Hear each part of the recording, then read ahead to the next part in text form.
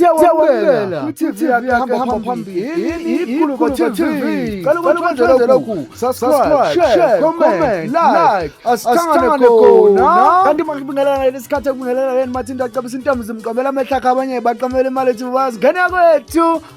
Uyathanda udanse phewethu nesicabanga ukuthi bekade phuma kokulinela omunye wabazali bakhe noma isihlobo sakhe ubeke esedansa phekwalo post video lapha ku TikTok. Abantu abaningi bamangele ngesenzo sika sisi ke abanye besho nokusho ukuthi vele abantu abanezinqa ingqondo ithi kubamfishana mntana sekhaya nje ngokubona ke ivideo lana ngabe lithini uvo lakho ngomuntu odansa phekweliba noma ke phewethuna la khona kufihlwe khona isihlobo sakini noma kufihlwe khona umzali wakhe noma kufihlwe khona umuntu wakini nje umhlonipha kanjani manga ke ufike umcentele ebese uphinde ke udansa phekwendlu yakhe yokugqibela noma phekwendlu yakhe yokugcina le kuyiyona obuthi uyomhlonipha kuyona noma ukuthi ke uyompemvulela kuyona njengoba ke ubeyocenta lapha ke bayibuza abantu abaningi bathi kwenzeka kanjani noma ngathi icontent kanza kwethu kodwa asingavumeli ukuthi uTikTok ebese uhlanyisa ngamakhanda ngalolu hlobo ngoba ke singadlala eceleni kwalo kodwa hayi bese ukuthi phekwalo sugibela ngalendlela kangaka ukuthi